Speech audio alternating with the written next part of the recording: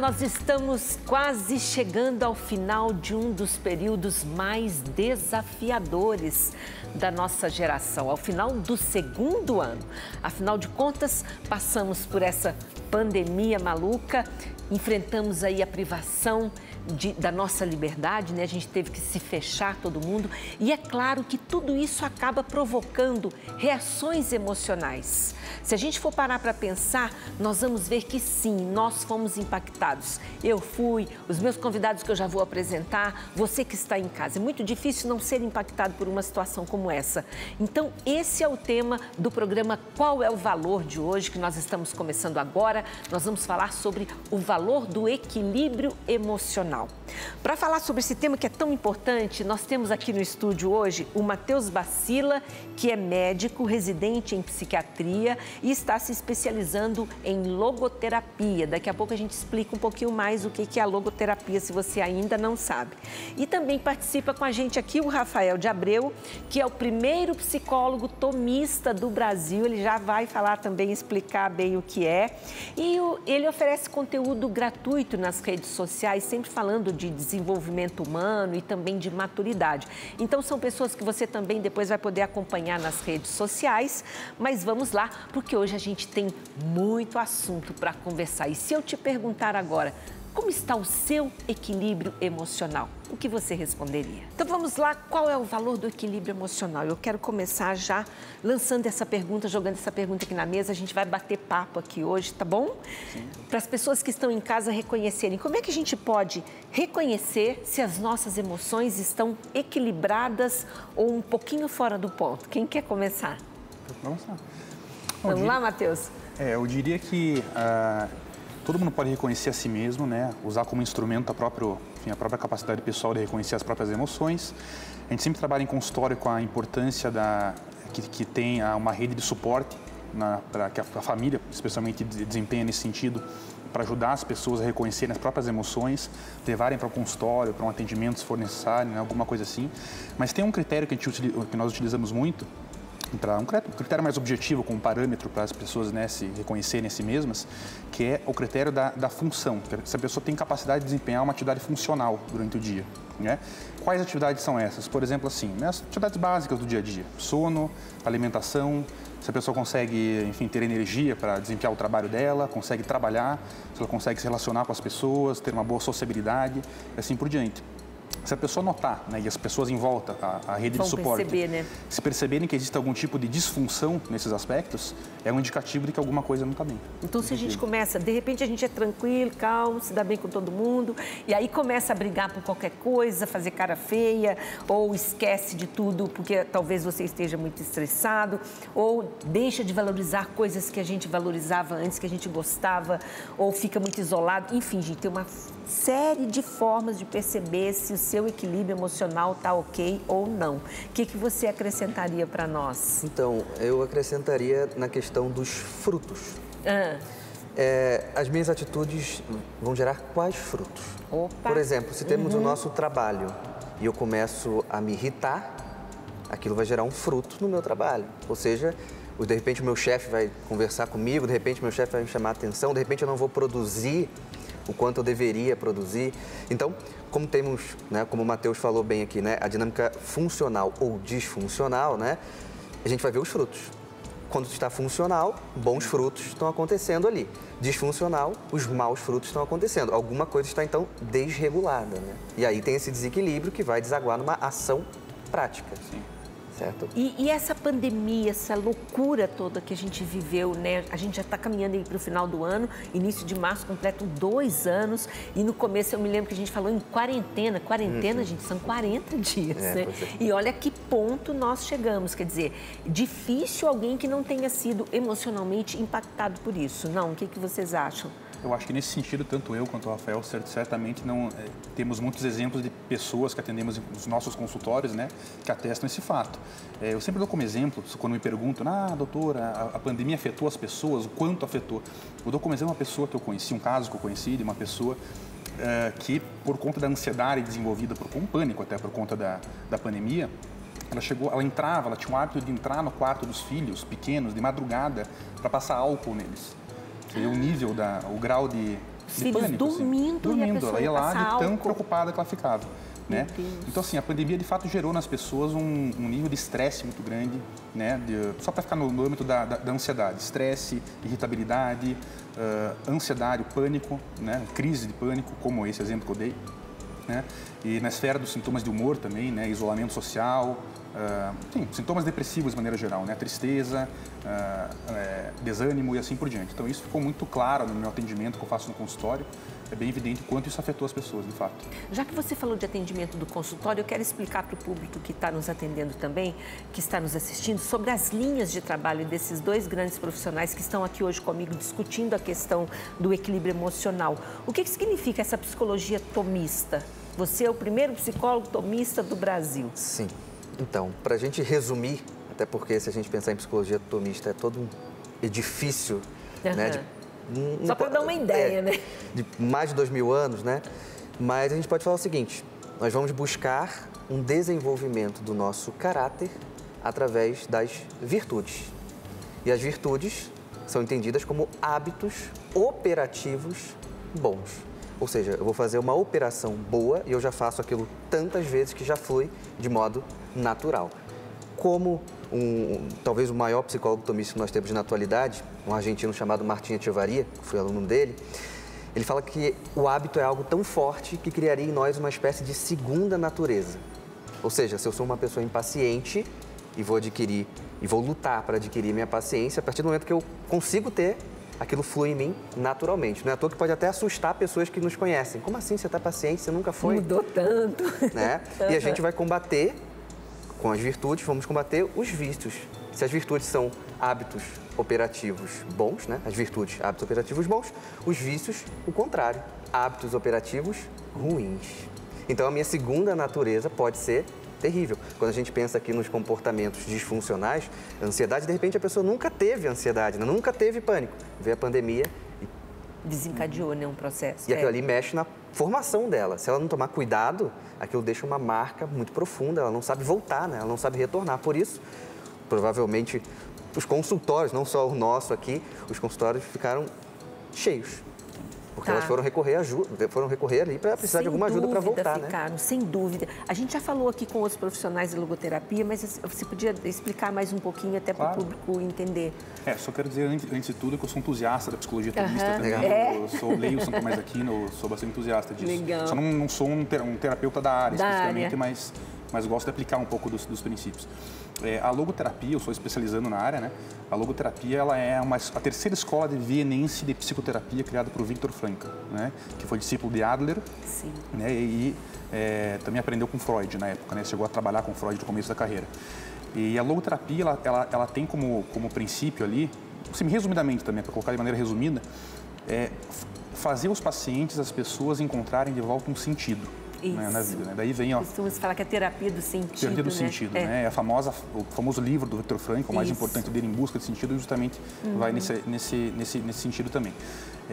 E tem 3 pilares, né, a terapia do Viktor Frankl, que é fazer as pessoas encontrarem e entenderem que existe uma vontade de sentido, né, uma liberdade de vontade e o sentido da vida.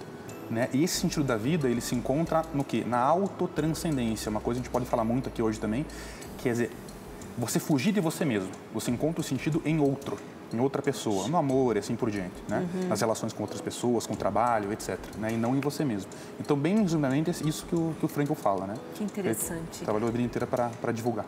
Bom, a gente viu nesse processo, agora que a gente entende um pouco mais aqui as áreas onde eles trabalham, né? A gente verificou que muito dessa angústia, desse medo que a gente falou, né? Depois você vai até falar um pouquinho mais sobre isso, da gente ser escravo das emoções, né? E muitas pessoas ficaram, de fato, escravos do medo de morrer, do medo de perder filho e tudo que você relatou agora.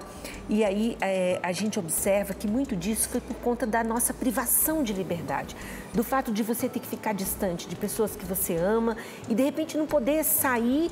Ou eu me lembro de um dia que eu fui comprar pão com luva, máscara, chapéu. Foi aquele começo que a gente estava meio pirado assim, a gente não sabia direito o que fazer. Parecia, e óculos, ainda coloquei um óculos, que eu falei, vai que entra alguma coisa pelo olho, olha que loucura. Enfim, sei lá se é loucura também, mas essa privação do contato as pessoas sofreram muito. Sim. E a gente separou uma reportagem agora que eu vou pedir para vocês assistirem, que fala sobre isso, sobre a importância do abraço, do quanto o contato físico, o olho no olho, nos fez falta. Vamos assistir. Um gesto tão comum nunca fez tanta falta. Do que você mais sente falta na pandemia? Do abraço em família, tá com a família reunida é uma coisa muito boa, né? É ruim a gente não ter a família por perto. Abraço. O abraço, o carinho, né? Um abraço, conversar face a face, sem máscara. Em meio a sentimentos de solidão, medo e tantas incertezas, essa demonstração de carinho teve que ficar de lado. Um gesto tão simples e ao mesmo tempo tão poderoso como um abraço faz muita falta sim e mais do que imaginamos. Conversamos com um psicólogo para entender por que o contato físico é fundamental para o ser humano. Nós temos pesquisas feitas na Áustria, pesquisas feitas na Universidade da Carolina do Norte. Em todas essas pesquisas se conseguiu comprovar que quando você abraça alguém, você libera ocitocina, você libera dopamina e você libera endorfinas. Mas atenção, não pode ser abraço de um estranho ou de alguém em quem você não confia. Tem que ser alguém que você já tem um laço, com quem você tem algum tipo de apego. E este abraço, nesses estudos, aponta que melhora a resistência e a resposta do sistema imune, reduz o estresse e promove a empatia. E se por um lado o abraço faz tão bem, por outro, a ausência dele pode afetar nossa saúde mental. A ausência do abraço, ela pode levar a sentimentos de desamparo, que é sentir que você não tem com quem contar, principalmente em situações muito duras, muito difíceis, quando as palavras não são suficientes. Exemplo, você abraçar uma pessoa numa situação em que ela perdeu alguém querido para a morte. Você abraça a pessoa, não tem texto, não tem palavras. O abraço em si, ele fala, mas a ausência do abraço também pode levar a sentimentos de solidão, a sentimentos de vazio existencial. Mas enquanto não podemos abraçar, existem outras formas de demonstrar carinho. A gente pode fazer desenhos para a pessoa que a gente gosta, né? Pode ser desenho de um coração, pode ser desenho de um abraço, se você tiver mais habilidades. Fazer desenhos é uma das estratégias mais fácil, corriqueira e usual que se pode fazer. Mas também você tem outros pequenos gestos, né? Como, por exemplo, olhar para a pessoa com quem você está falando. O olhar abraça, o olhar revela, olhar em direção à pessoa. Ter tempo com a pessoa, mesmo que você não possa abraçá-la. Mas se você puder permanecer com a pessoa, guardando aí, usando a máscara, guardando a distância de 1,5 metro, mas permanecer no ambiente. Esse contato ele é muito importante para o nosso equilíbrio emocional, né? O que vocês diriam sobre isso? Eu diria assim, o Dr. Clóvis já falou muito bem da parte fisiológica no começo, né? Ocitocina, isso acontece mesmo, o ser humano se sente com bem-estar quando está com outra pessoa, quando abraça. Mas a gente pode resgatar um pouco dos princípios já elencados desde os gregos antigos, né? Aristóteles dizia que o ser humano é um animal político. Então, Platão dizia que a vida humana se faz em comunidade. Então, quer dizer, essa é a realidade humana, né? Nós vivemos em comunidade, com os outros, né? Com a família, já começa com a família e depois se expande para a comunidade como um todo. Então, isso não pode ser negligenciado. E eu acho que isso foi um pouco durante a pandemia, né? Os gestores, de maneira geral, não perceberam o quanto seria importante, o quanto faria falta para as pessoas, né? O contato, essa vida em comunidade, né? Então, é importante e é natural que o ser humano se relacione com as pessoas, né? Por isso que o ser humano, assim, sente falta do abraço quando falta, né? As pessoas chegaram a reclamar disso. O que você vivenciou nessa experiência ruim que a gente teve? Sim, eu recebi muitos relatos nesse sentido. E só dando uma pequena complementação do que o Matheus falou, eu acho que é o modo natural. O modo natural é o presencial. Nada vai conseguir substituir isso aqui. É fato, né? fato. E O que é interessante é que, por exemplo, vamos dizer que você tem um parente que mora muito longe. Aí ele te manda um e-mail maravilhoso, se abrindo, escrevendo lá belas palavras, resgatando memórias. O que você tem vontade de fazer depois que você lê aquilo? Como eu queria dar um abraço nele. Né? É verdade. Ou as cartas de amor. Eu convivi com meus 4 bisavós, né? Eles têm lá até hoje, morreram. As caixinhas de cartas, né? Era incrível, é muito bonito, mas era mais bonito e fica completando um círculo quando tem o encontro. A presença. Né? A presença. Então, eu via em muitos pacientes, principalmente aqueles que moravam sozinhos. Porque aqueles que moravam sozinhos, eu gosto da solidão. Só que o gostar da solidão dele está meio que assim, na minha casa. Só que aí ele percebeu que ele estava numa solidão de uma forma meio que global, né? Então, principalmente naquele primeiro momento, que todo mundo fica em dúvida, o que é sério, o que faz, chega, não chega, vai ou não vai. Então, teve muitos relatos dessas pessoas que estavam assim, cara, eu tô perdendo um pouco o sentido. E também, assim, gosto da solidão na medida em que eu posso interrompê-la quando eu quiser, né? Eu posso descer, eu posso fazer qualquer coisa, mas não forçada, né? Agora, é interessante porque quando a pessoa, quando ela perde o equilíbrio emocional, e a gente está falando tudo isso, pessoal, para que você em casa possa identificar também como andam as suas emoções, né? Porque o mais importante em tudo isso é buscar ajuda quando necessário. Não deixar que as situações se agravem e não começar a considerar normal atitudes, comportamentos ou estados emocionais que antes você não tinha. Então, é muito importante observar isso, porque a pessoa que está sem equilíbrio emocional, ela começa a perder a capacidade de observar a realidade. E isso é muito sério, né? Sim. Isso acontece porque, assim, para você observar a realidade e apreendê-la, né, você precisa usar a inteligência. É uma faculdade intelectiva que nós temos, a principal delas. E a inteligência se utiliza de outros instrumentos também, né, que constituem o ser humano, a nossa alma intelectiva que nós temos, que é a vontade, por exemplo, né, que é um pouco na esfera sensitiva do ser humano, os sentidos internos, imaginação, memória, né, os sentidos externos também, de algum modo, né, visão. Então, se esse arcabouço todo está comprometido, aquilo que utiliza esse arcabouço inteiro, que é a inteligência, também vai estar.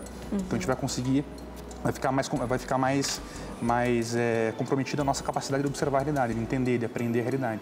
Né? Exatamente. Quando a gente tem uma visão distorcida da realidade, é como se nós vivêssemos numa bolha, sem a consciência das coisas e, às vezes, mais ainda movidos pelas paixões, né? Exatamente. Eu uso o que o Matheus falou, tem uma base ali aristotélico-tomista, né? E eu tento fazer um esquema para os meus pacientes, e até nesse meu conteúdo gratuito, para que eles entendam, né? Eu faço uma hierarquia. Tá. Inteligência no topo. Abaixo dessa inteligência, nós temos a vontade. É como se a minha inteligência olhasse para o bem, para a verdade, para a ordem da coisa. A minha inteligência vai falar para a minha vontade assim, vontade, ali está o bem. A minha vontade vai falar, pô, obrigado, vou lá. Ou seja, a minha vontade me leva até lá. E onde estão as emoções? Elas estão abaixo dessa vontade. Então, não é porque a vontade se chama apetite intelectivo, né? Por isso, tem apetite intelectivo. Esse é o nome da vontade, é uma inclinação para o bem, aprendido. Exatamente, nossa vontade sempre vai querer desejar, podemos dizer assim, o bem. Sim. Só que eu falo para os meus pacientes o seguinte, só que ela precisa ter uma boa informante. Por quê? Lembra, como eu falei da hierarquia, inteligência, vontade e as emoções. Tá. Aqui nós estamos falando de alguém equilibrado. Tá. Porque ela vai ver o bem que tem que escolher, vai escolher e vai conseguir identificar a própria emoção que está ali, mas não vai deixar aquela emoção dominar. Mas o problema é o seguinte, o problema é que nem todo mundo vive assim e tem essa inversão. Quando a gente fala de uma pessoa desequilibrada, essa hierarquia ela vira. O que está no topo? Essas emoções. Essas emoções fazem o que com a vontade? Escravos das vontades. Exato. Essa emoção escraviza. Das paixões, especialmente. O termo técnico seria paixões. Sim. Né? Mas eu costumo trazer emoções aqui para uma questão de entendimento mais fácil. Sim. Essa emoção escraviza a vontade. Sabe aquela frase que todo mundo já falou em algum momento? Eu sei o que eu deveria fazer, eu sei que eu deveria ir para ali, mas eu fui para lá. Ai, meu Deus, o mal que eu quero, esse eu faço. É bíblico, o bem né? que eu não quero, É uma dissociação, né, que acontece entre a inteligência e a vontade. Sim, elas têm que estar ordenadas. O Rafael falou muito bem. Quando a inteligência apreende um bem, por exemplo, assim, pensa em valores morais, né? Justiça. A inteligência conheceu o que é justiça e conheceu o que é bom. A justiça é boa.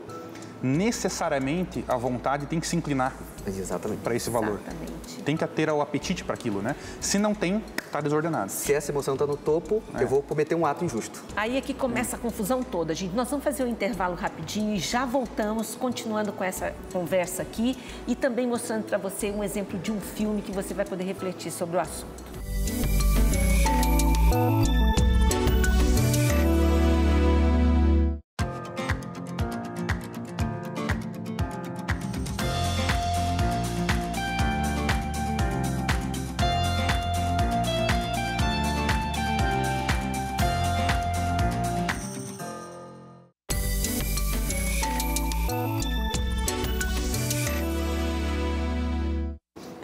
Estamos de volta com o programa Qual é o Valor de hoje, falando desta vez sobre o equilíbrio emocional, algo que é tão importante para nós. A gente costuma, às vezes, terminar um ano, né, pessoal, meio cansado, meio assim, ai, meu Deus, foi difícil.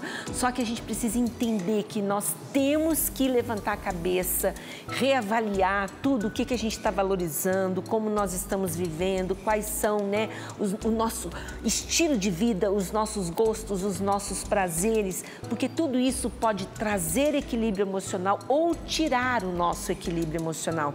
E a gente estava conversando agora há pouco sobre as dores, né, o que as pessoas enfrentaram, e o fato é que nós estamos vivendo muitas vezes num mundo de histéricos, né, num mundo onde nós não suportamos dor.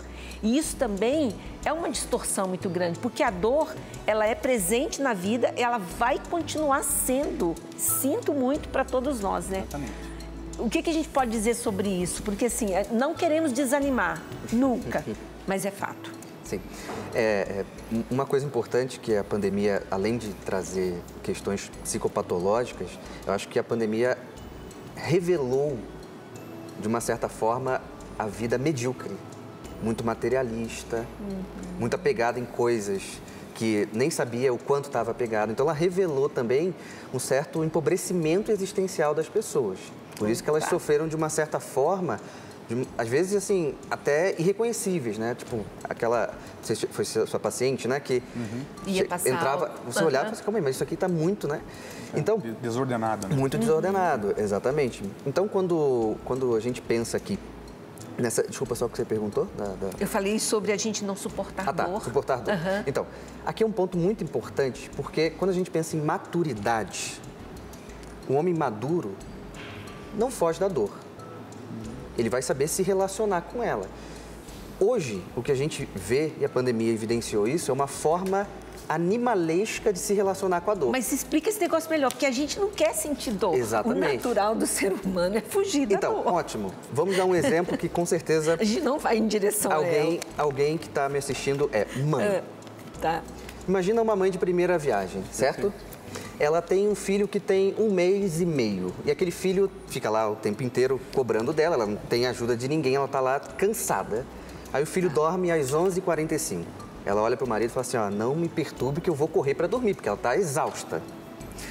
Quando dá 00:30, 45 minutos depois que o filho dormiu, o filho acorda chorando. A pergunta é, ela está feliz naquele momento? Não. Ela está cansada. Não estamos falando aqui, obviamente, que ela odeia o filho dela, não é isso. Não. Mas ela está cansada. Mas vai. Ela até pede a Deus, Deus, por favor, faz o meu filho dormir, não é isso? É. Mas ela vai. Ou seja, ali tem uma dor que tem da privação do sono.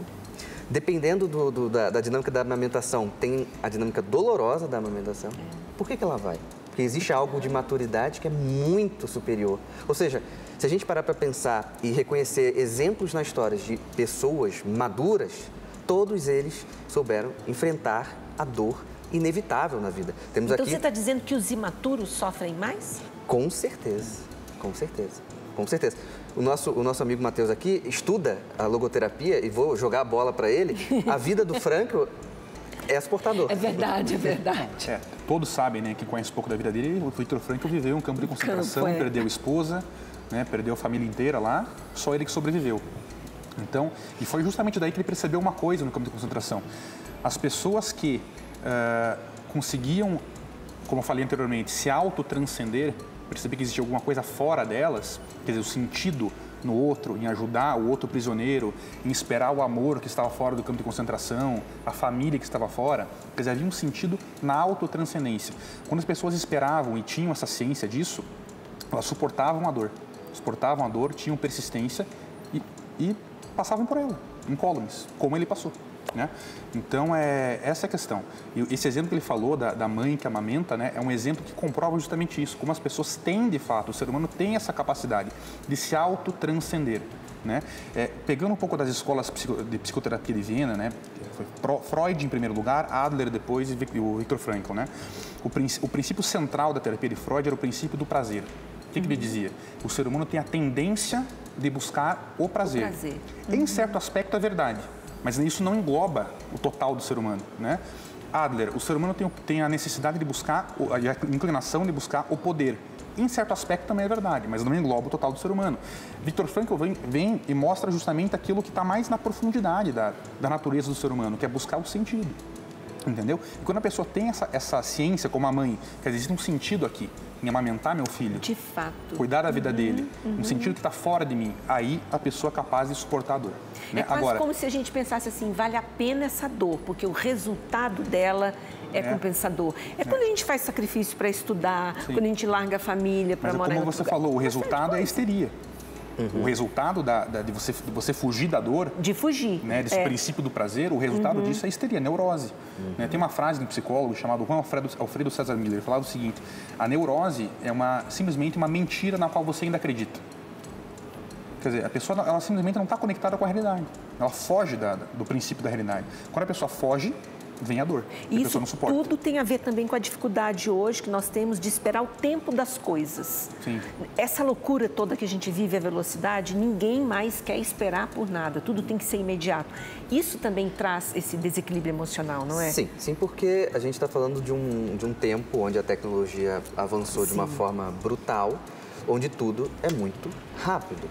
A gente vai abrir qualquer rede social, em 1 minuto a gente consegue ver 50 vidas. Né?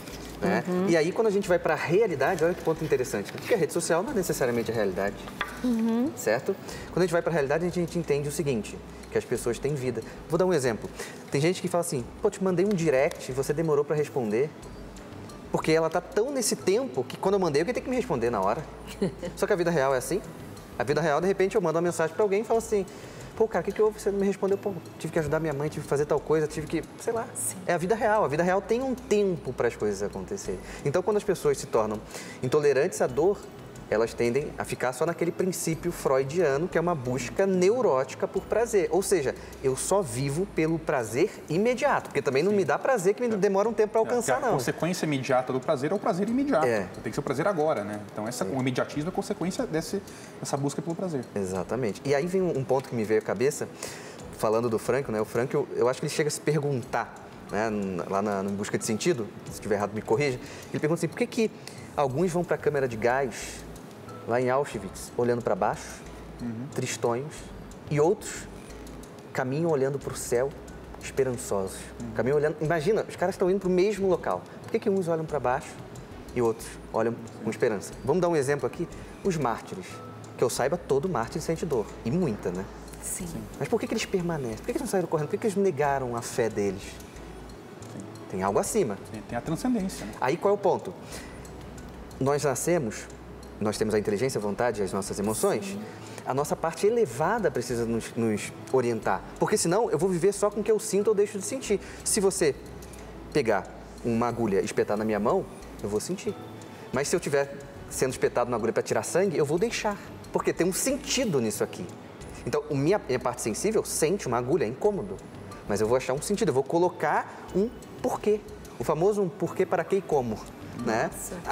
Aí eu suporto. Aí vem a mãe, vem o pai, vem toda a estrutura de pessoas que, se a gente olhar para a nossa vida, a gente percebe o quanto que pessoas, lá, pai, mãe, avô e vó, souberam sofrer. É verdade. Para nos ajudar em algum momento. Nem que seja para o arroz e feijão. Tiveram vidas, você que está em casa pode se lembrar também de seus parentes. O normal é que nossos pais, nossos avós tenham tido vidas mais difíceis que as nossas, porque não havia tanta facilidade, tecnologia, enfim, né? E, no entanto, olha o exemplo que eles nos deixaram. E hoje nós somos o quê? Nós somos manhosos, nós não temos paciência, nós não temos... força, muitas vezes, para enfrentar coisas que para eles eram comuns ali. Mas eu vou mostrar agora um exemplo de um filme que eu acho que vale a pena assistir. Não é um filme novo, é um filme já meio antigo, mas que foi muito relevante, que mostra a história de um grande profissional que foi altamente comprometido a carreira dele por distúrbios emocionais. Por que a gente traz esse filme? Porque às vezes algo que pode ser ali algum hábito estranho e tal, pode evoluir para algo mais sério. Vamos acompanhar, porque é importante a gente ficar atento. John Forbes Nash. Em 1947, ele era apenas mais um estudante na Universidade de Princeton, até que um desafio mudou sua vida. Seja na medicina ou na economia, na tecnologia ou no espaço, traçam-se linhas de combate. Para triunfar, são precisos resultados. Qual de vocês será o próximo Morse? O próximo Einstein? Bem-vindos a Princeton, cavalheiros. Nash queria fazer a diferença. Eu tenho que olhar além para a dinâmica dos governos. Encontrar uma ideia original. É o único jeito de me sobressair. Já viu o que estão fazendo ali? Meus parabéns, professor. São as canetas. Oferecidas a um membro do departamento que consegue um feito em sua carreira. Obrigado. O que vê, John? Reconhecimento. John, você perdeu. Ele não desanimou. Era o início de carreira brilhante, repleta de descobertas e novas teorias que revolucionariam a matemática e a economia.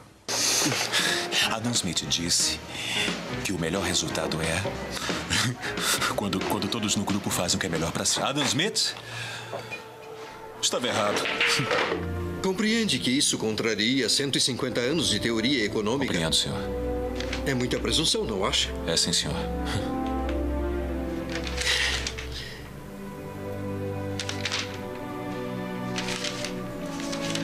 Sr. Nash. Com uma descoberta dessa magnitude, tenho certeza de que conseguirá a colocação que deseja. O sucesso foi tragicamente interrompido em 1959, quando Nash foi internado com esquizofrenia paranoica, depressão e baixa autoestima. Devagar agora. Ainda está sob o efeito da injeção. Onde é que eu estou? Hospital Psiquiátrico MacArthur. Por 11 anos, ele viveu sob tratamento intenso com medicamentos fortíssimos, que o deixaram muito debilitado. Até que em 1970, num ato de coragem, ele decidiu mudar sua situação e nunca mais tomar a medicação novamente. Por que parou com os remédios? Porque não podia trabalhar. Olha, você terá que passar por uma série mais intensa de injeções de insulina, choques e novos remédios.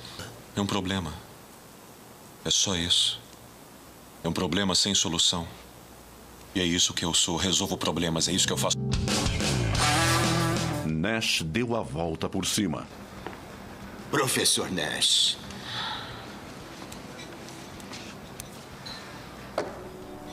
Que bom vê-lo por aqui, John. Obrigado.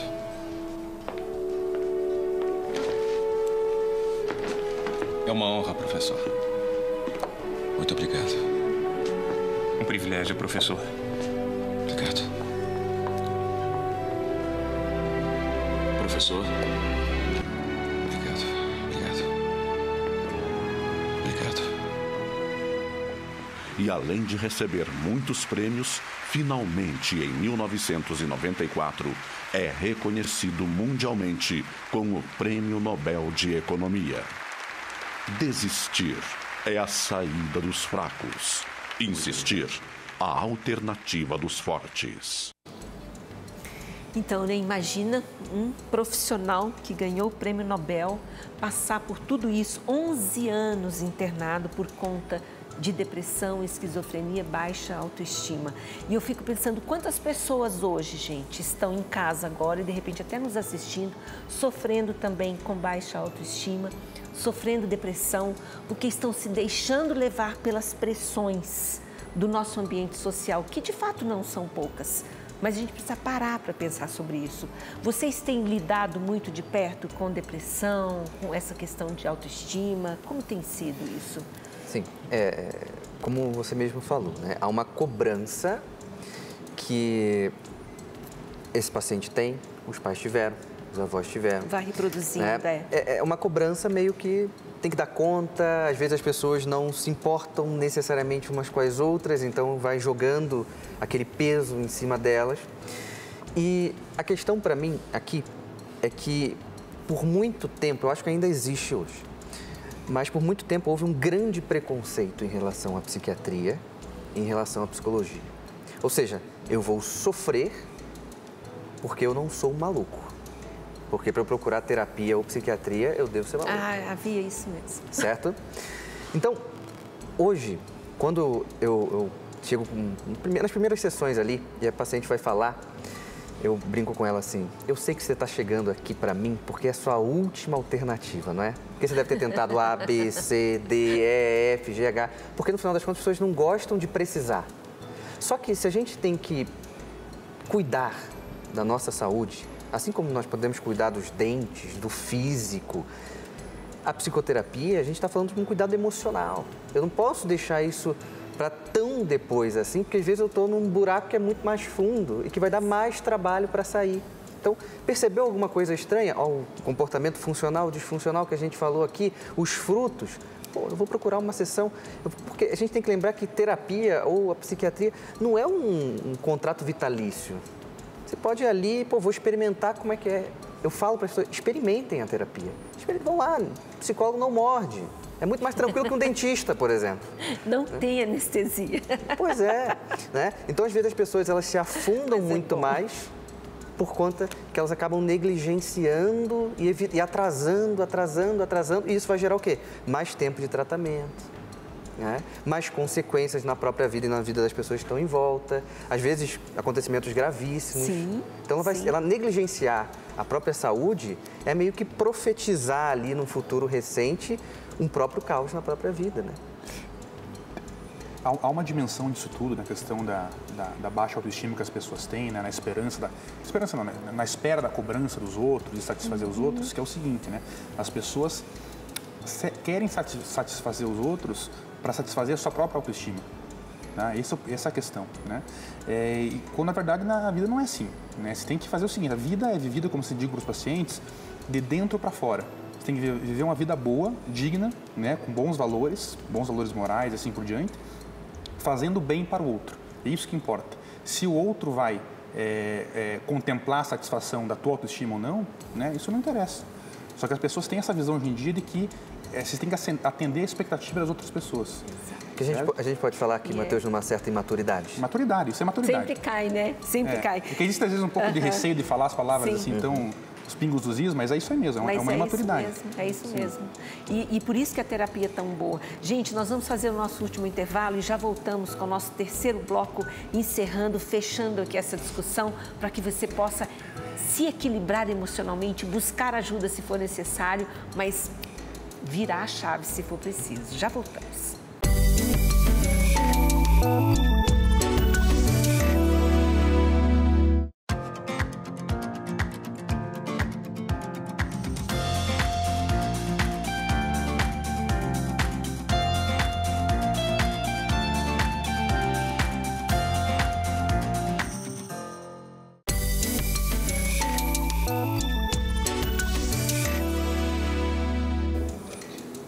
Estamos de volta agora para encerrar o último bloco do nosso programa de hoje. Qual é o valor do equilíbrio emocional? E aqui no intervalo eu estava me lembrando que nesse tempo de pandemia, as próprias relações familiares também foram muito, eu diria, provadas. Muitas pessoas não deram conta de ficar horas e horas convivendo em família. Isso também é sinal de desequilíbrio emocional ou não? Há uma questão que é o seguinte nesse aspecto. É natural para o ser humano, na minha opinião, que ele tenha um certo tipo de espaço para ele. Então, assim, a pandemia, por ter enclausurado as pessoas, as famílias como um todo, isso proporciona, sim, um desequilíbrio. Tá? Isso não é certo, não é normal, não é natural para o ser humano ter que conviver o tempo inteiro com a família. Então, isso gera desequilíbrio, gera, né, conflitos e assim por diante. Né? Esposo com esposa, com filhos e assim por diante. Só que tem uma outra questão, que é o fato de que as pessoas estão mais intolerantes, de maneira geral, hoje em dia, né? Na pandemia ou fora da pandemia. Estão mais intolerantes por aquilo que a gente conversou agora há pouco, nos outros blocos, né? Que é a questão da busca desenfreada pelo prazer. E tem uma palavrinha que eu queria introduzir aqui, que a gente não falou, que é o hedonismo. Né? O Rafael comentou sobre o materialismo. É uma tríade de fatores ali. O hedonismo, materialismo e relativismo. São os principais motores da modernidade, né? Que levam as pessoas a terem essa busca desenfreada pelo prazer, sair da autotranscendência, como mencionei algumas vezes, e assim por diante. Então, essa busca desenfreada pelo prazer imediato, faz com que as pessoas fiquem mais impacientes. Elas ficam mais impacientes, mais intolerantes com o outro, né? Porque não estão olhando para o outro, estão olhando para si mesmas. E isso gera pessoas já naturalmente intolerantes, se ficarem enclausuradas com as outras, com a família inteira, numa casa por conta da pandemia, numa situação como essa, fica mais intolerante ainda, mais impaciente ainda. Então, até lembrando, o hedonismo, essa busca do prazer, de você estar contente, ser satisfeito. Só satisfação pessoal que importa. Só satisfação pessoal, né? O materialismo, né? Que é essa busca que não tem fim, né? Só pelo bem material. O bem material e o relativismo, ou seja, tudo pode, depende do ponto de vista de cada um. Que a verdade não existe. A verdade não existe, não tem certo, não tem errado. Quer dizer, isso é um pouco do materialismo aqui, né? Na linguagem mais coloquial. E isso está nos deixando, sim, completamente sem norte. Sim.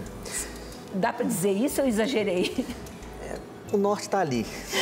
Mas a gente não está enxergando, a gente está tateando. Um ponto muito curioso, eu tenho um paciente que ele trabalha no fórum lá da cidade dele, que é uma cidade muito pequenininha e não tem altos índices de violência. E aí ele falou, Rafael, vou te contar uma curiosidade. Sabe quais foram os crimes que mais aumentaram durante a pandemia? Eu falei, não, me conta. Aí ele falou, medida restritiva.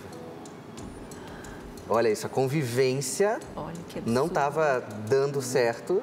E aí a esposa, né? Enfim, tem que procurar a polícia, o cara está proibido. Aumentou muito o índice de violência. Violência doméstica aumentou muito. Número de divórcio, violência doméstica. Pois é. E aí, eu, obviamente, não posso negar a realidade, mas também estamos vivendo, muitas das vezes, em grandes cidades que tem uma arquitetura que promove uma desordem psicológica. Se você mora num apartamento pequeno, onde vocês, 5 pessoas moram ali, 4, e vocês se encontram basicamente durante 2, 3 horas e o resto ali, sei lá, 5, 6 horas vocês estão dormindo, agora você coloca todo mundo nesse quadradinho 24 horas.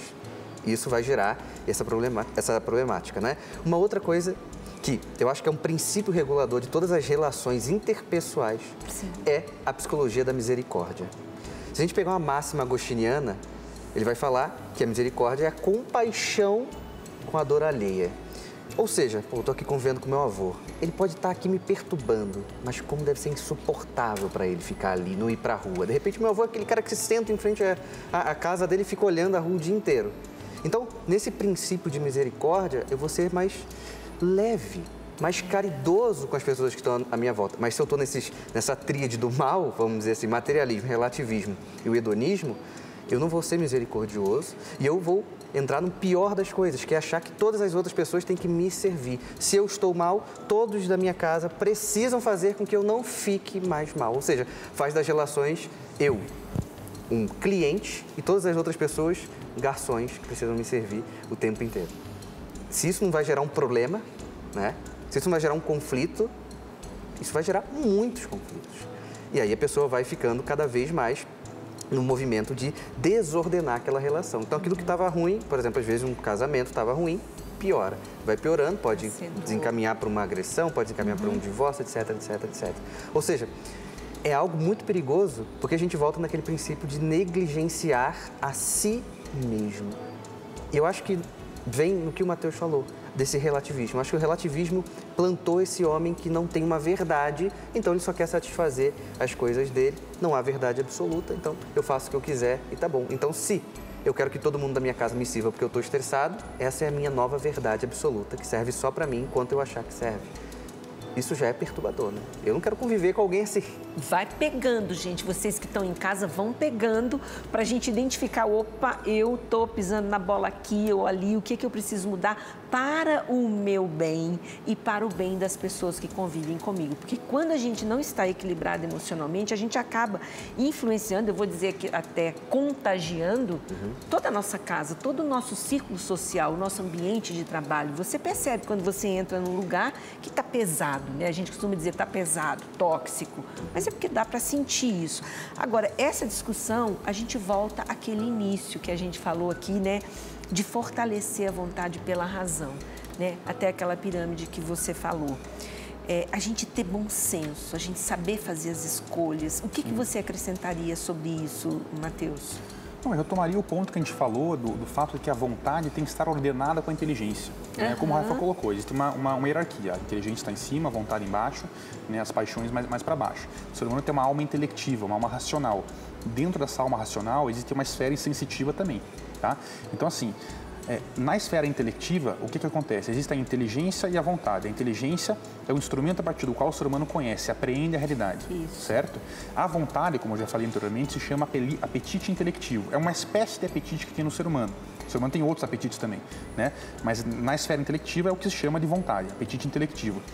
Quando o ser humano conhece uma realidade, apreende uma realidade, essa vontade tem que se ordenar para aquilo, necessariamente. Se está desordenado, o ser humano, se está desordenado, cria-se um ser humano que está desordenado em si mesmo, né? E a mesma coisa acontece na esfera sensitiva do ser humano também, né? O ser humano tem os apetites da concupiscência, concupiscível e irascível, né?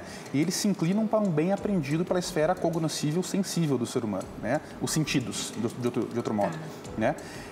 E tem que estar ordenado também, né? Pela razão. É uma hierarquia, como o Rafael falou, né? Então, se está desordenado, como eu falei anteriormente, se o ser humano conhece a justiça, conhece a bondade, conhece a caridade, ele sabe o que é, sabe que é bom, ele tem que se ordenar para aquilo, tem que se inclinar para querer aquilo. Se ele não quer, né, ele se compromete.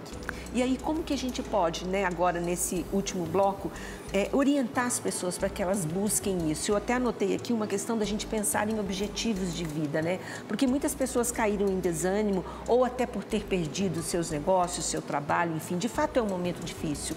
Mas a gente pode resgatar objetivos. O que vocês diriam em relação a isso, para quem está nos assistindo agora, ter mais esperança? Certo. Eu acho que a gente caminhar por essa inteligência e vontade, sendo um regulador do homem, a gente vai conseguir entrar na dinâmica da esperança. Tá? Vamos lá. Vamos começar em algo prático e que todo mundo pode fazer, que vai ordenar e vai começar a ser um princípio de ordenação da nossa vontade. Enxergar o próprio dever. Qual é o meu dever de Estado? Ah, mas eu estou sem emprego. Então, o seu dever de Estado como desempregado é procurar emprego. Ou se preparar mais. Se preparar e procurar emprego. Eu sou mãe, meu dever de Estado. Ou seja, o meu dever de Estado vai ser, muitas das vezes, desagradável sensivelmente, ou a parte sensível ali das nossas emoções. Sim. Mas por ser o meu dever, eu vou fazer. A vontade tem que regular. Né? Exatamente, a vontade vai regular. Nisso, eu vou me regulando. Ou seja, eu não vou começar a fugir porque é difícil. Eu vou enfrentar porque é o meu dever. Porque não adianta a gente pensar numa pessoa que quer ter grandes projetos, grandes objetivos, se ele não está regulado aqui. Porque ele vai querer assim, eu quero grande projeto. Qual é? Ganhar na loteria. Porque eu não vou fazer esforço nenhum, vou pagar, sei lá, R$3,50 e vou acertar os números, aí minha vida está salva. Mas mesmo se ele ganhasse, ele iria perder esse dinheiro. Claro que sim, as pesquisas mostram isso. Pois é. Então, no primeiro momento, vamos olhar para o nosso dever. O que está ali na nossa frente, que a gente tem que perguntar assim, se não eu, quem? Quem poderia? É meu dever, eu tenho que fazer. Então, na medida que eu abraço o meu dever, eu vou começar a me ordenar a minha vontade. Dentro disso, Rafael, mas eu gostaria de ter alguma outra coisa para eu me exercitar. Então, vamos lá, comece a colocar dentro da sua vida algo difícil para se fazer. Difícil, não falei impossível, porque impossível, não dá para fazer, mas difícil. Que seja colocar um alimento que eu não gosto. Olha que interessante. Algo prático, não é isso? Algo prático que todo mundo consegue fazer. Não precisa morar na casa de... Você ir dominando vontade, isso? Sim. Tô muito afim de sentar. Fica em pé, mais 1 minuto. Parece bobo. Suba de escada. Exato. Parece bobo, mas as pessoas não fazem isso. E aí, de novo, porque as pessoas adoram falar assim, não, eu sei, eu quero ser bom, Rafael. Tem paciente que fala isso, eu quero ser bom, mas eu não tenho aquilo ali, né? Ué, ficar em pé quando você quer sentar, todo mundo tem. Não é isso? Né? Numa refeição, em vez de tomar um refrigerante, tomar um copo d'água, todo mundo consegue fazer isso? Sim. Né? Então, assim, isso são formas de reeducar, porque o nosso corpo, ele tem um potencial para ser nosso inimigo. Mas ele também tem um potencial para ser o nosso auxílio, e a gente então tem que educá-lo para que ele seja o nosso auxílio. Educação da vontade, né? Educação da vontade, exatamente. Então, rapidinho, uma palavra sua para a gente fechar, que a minha editora já disse que eu tenho que encerrar. Eu quero retomar o vídeo do John Nash. Ali, uma coisa que mais me chamou a atenção no vídeo, eu gostaria de falar é o seguinte, ainda retomando, pegando um pouco da minha esfera, né, frankliana aqui, da logoterapia. O fim do vídeo mostra uma coisa que o filme mostrou muito bem, que o John Nash tinha um sentido de vida. E qual era o sentido da vida dele? O amor na esposa. Né? Isso ficou muito claro no filme, fica claro no final do vídeo também que a gente viu aqui. Então, todos temos um sentido, né? Nós não somos seres humanos animalescos, né? Animais que nós só nos satisfazemos pessoalmente através do prazer ou através do poder. Nós temos um sentido de vida e esse sentido sempre se encontra fora da gente, né? Na autotranscendência. E como o John Nash mostra, e como São Paulo mostrava na primeira carta dos Coríntios, né? Ele fala lá, mesmo se eu falasse a língua dos homens, a língua dos anjos, né? Nada seria se eu não tivesse o amor. Então, assim, o amor, o fim último, né? E o sentido último da existência humana é o amor. Muito bom, viu, Matheus? Foi um prazer enorme falar com vocês aqui. Que pena que a gente não tem mais tempo, mas enfim, muito bom estar com vocês também. E a gente se vê de volta no próximo programa Qual é o Valor? Até lá!